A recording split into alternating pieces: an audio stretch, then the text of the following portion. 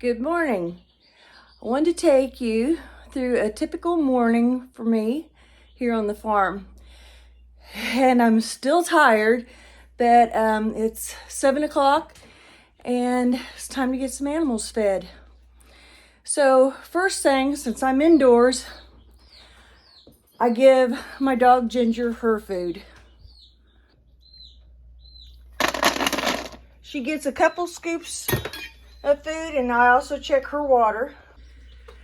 Next, my son brought home some extra chicks. So, why he's not taking care of them is beyond me. But anyway, they're here, so I am checking on the chicks. I'm gonna have to probably change this out in a little while, but I'll go ahead. I've already gave them more water. We started out with 6 little chicks. He got a couple kind of exotic chicks. One's already died, and then this one here is not doing very well, as you can see.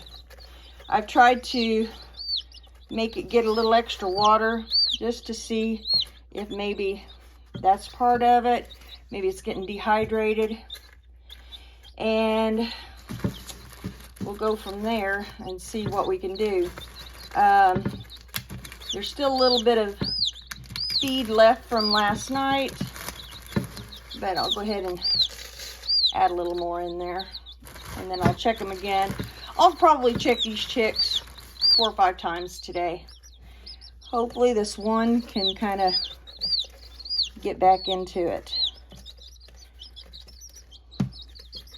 but it's not looking so good. Probably staying with the more tried and true breeds is probably the better thing for us right now. The next thing I do is check our indoor compost bucket. Now, I'll warn you, the bucket looks pretty nasty, but it is just having food scraps go in it. Right now, there's not a whole lot in there. I'll probably wait until tomorrow morning and take it out then. Now, we've had quite a bit of rain the past couple of days, and it's continuing to do it again today. But as you know, animals still got to eat. So here we go. Okay, so the first outdoor ones that I'm doing are the chickens, probably because the chicken pen comes first in the line of things. And I've already got some feed for them. They always greet me at the door. They know what's coming.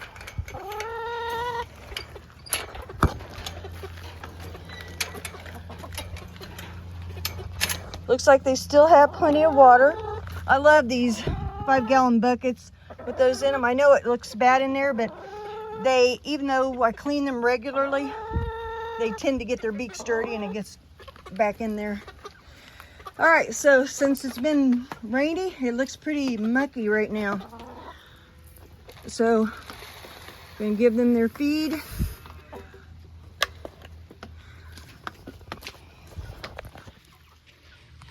And I do have some cracked corn that I give and kind of spread out among things so that they can work on their scratching. Chicoletta there, she's always eager to get her food. She tends to be the leader of this group.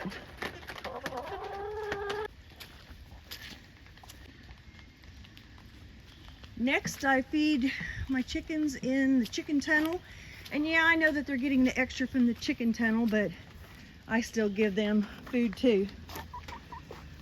Here they are, eager, knowing that it's coming. Rain's kind of messed up some of it. And they decided, oh, I'm going to get away from her right now, and I'm going to go down the tunnel. I'm sure they'll be back soon to be pecking. My cats are following me around because I forgot to feed them before I came on out to the barnyard. I usually feed them up on the porch. And Now it's time for the little bunnies. This pan that I have here, they tend to mess it up every morning. So what I do is I usually pop that over to the chickens. They can scratch out the leftover food.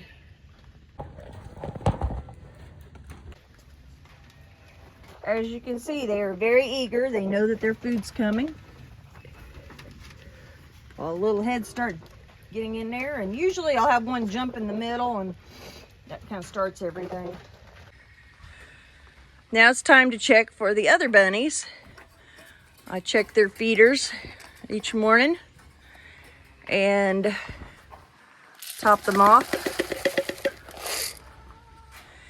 I don't have to worry so much about the water because they all have those nipple systems that come in from a 5-gallon bucket that is gravity hung, and we just fill the bucket up and make sure it's full all the time.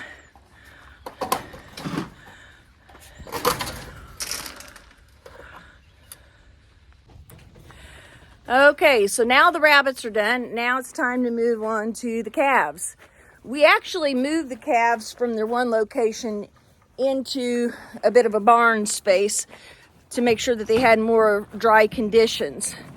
So here we go feeding those, and Phil's here with me this morning to help me feed them.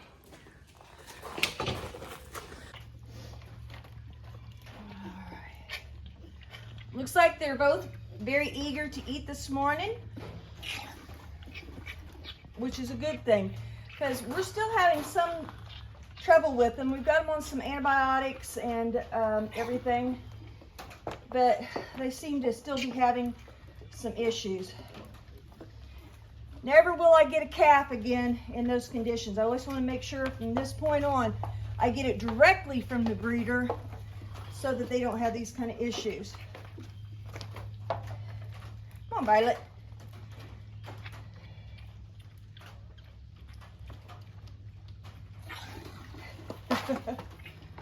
Phil's helping me with the calves because they tend to both want to eat at the same time, and it's just a little difficult to keep both heavy bottles going. Well, we got the calves fed, so I guess I better go feed those cats before they have some kind of a fit. So now it's time for the cats. Give them their cat food. I usually have to put it in 2 separate spots, otherwise they fight over it. But we have a little bit of calf milk left, and why not give it to the cats? They're both got babies to feed, so give them some of the calf milk, and they'll be able to feed their babies. All right, so that's my morning, is getting around to feed all the animals. So I guess now it's time for us to go in and eat. Thanks for joining us. We look forward to hearing from you. You can contact us by email at chamberlainff@gmail.com. Like us and subscribe to Facebook and YouTube at Chamberlain Family Farms. We're also available on Rumble at Chamberlain FF. We really look forward to hearing from you. Give us some ideas. Bye.